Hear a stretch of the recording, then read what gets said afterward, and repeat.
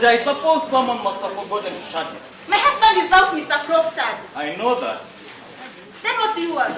A word with you, Mrs. Selma. What with me? My sweet darling, go into the night. Who is that?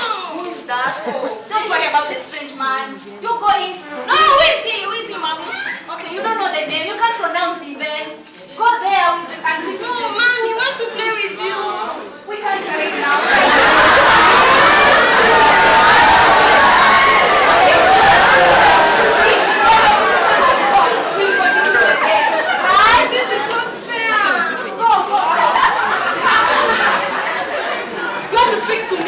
Yes, I do. This is not the first of the month yet. It's Christmas Eve. And it will depend on you for what sort of a Christmas present you will have, Mrs. Selma. What do you mean?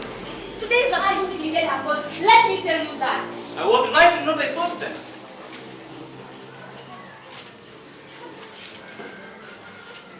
That was not.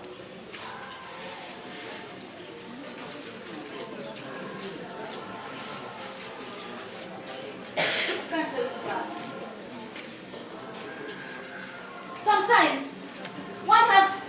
Sometimes anyone has influence. I should think that. But because one is a woman. Well, there's another reason. I may as well tell you this is my position. I dare say you know like everyone else that once many years ago I was guilty of an indiscretion. I've had something of that sort. Well, the matter never came into court, but you see, everybody seemed to be close to me after that. So I took the business that you know of. I had to do something, and honestly, I don't think I've been one of the worst. But now my sons are growing up, and for their sake, I must stand in back as much respect as I can in this town. This post in the bank was like this first step up for me. And now your husband wants to kick me downstairs again to the mud. But Mr. Crofstad, you must believe me. I have no power. But it is because you have the will. You're not meaning to tell my husband But that I have means to compel you. You do not mean that will tell my husband that I owe you money. Aha! Suppose I were to tell. Mr. Crofstad, that will be so bad of you. He's learning my secret that has been my pride and joy in a clumsy and ugly way. And worst of it, learning it from you. It will put me in a horrible, disagreeable position. Only disagreeable. Oh! Well, go and tell him. Then you'll see for you. Then it will be the worst for you. He'll see for yourself what a blackguard you are. And that will be done with you. I have asked you if it was only a disagreeable thing at home that you are afraid of. Of course. When someone gets to know that he's still owing something, he'll pay you, of course, and it will be done with you. Listen to me, Mrs. Selma. Listen to me. Either you have a bad memory or you know very little of business. What do you mean? I shall be obliged to remind you of a few details. When your husband was ill, you came to me to borrow 250 pounds.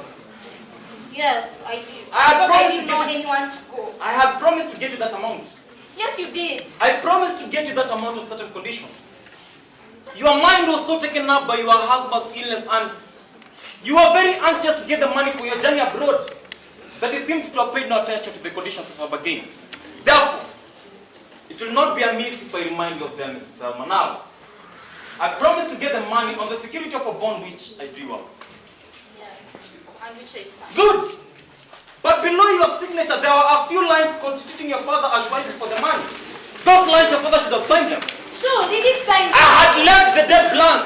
That is to say, your father himself should have inserted the date on which he signed the paper. Do you remember that, Mrs. Selma? Sure, they did so. Then I gave you the bond to send by post to your father. Is that not so? It is.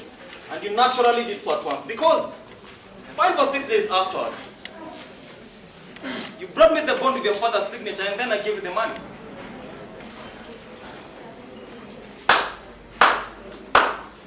Fairly so, yes.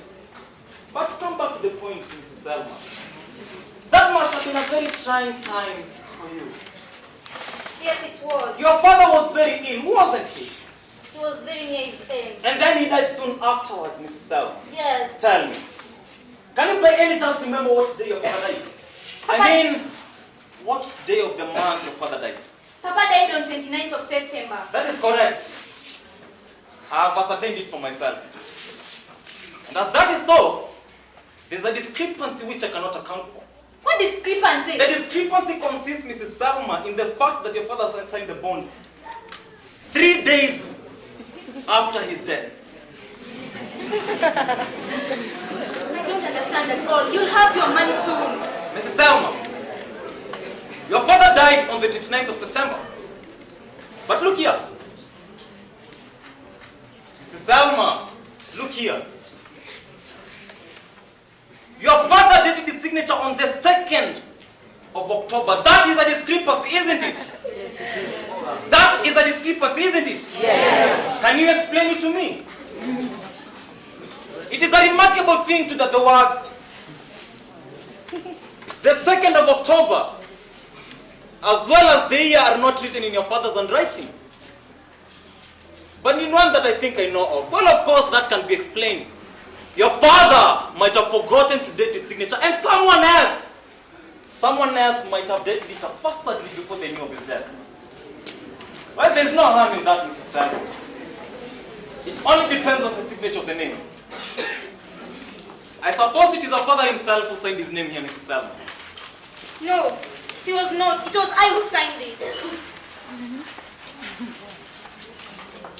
Are you aware that is a dangerous confession? But you'll get your money soon, Mr. Crockstad. Let me ask you a question. Why did you not send the paper to your father? Papa was so ill at that time. And I couldn't, in that dangerous condition that he was in, I couldn't tell him that my husband too was sick. It was impossible, Mr. It would have been better if you had given up your trip abroad, Mrs. Salma. No! It was impossible!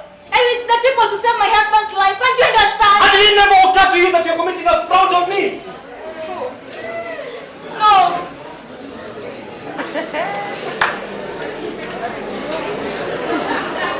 Mrs. Salma, you evidently do not realize clearly what it is that you've been found guilty of.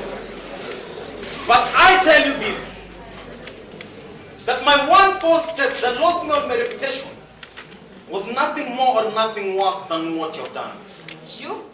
Do you believe me? Do you ask me to believe that you ran a risk to save your wife's life? The law cares nothing about motives, Mrs. Salma. Then it must be a very foolish... Foolish or not, it is the law by which you'll be judged by if I produce this paper in court. I don't believe it at all. I don't believe this. Is a daughter not allowed to save his dying father anxiety? Is a wife not to be allowed to save his dying husband? Mr. Crockside, I don't know much about law, but I'm sure that there are such things, there's law pertaining such things. Mr. Crockside, you are a lawyer. Don't you have such knowledge of that? Then you must be a very poor lawyer, Mr. Crockside. Of course, yes.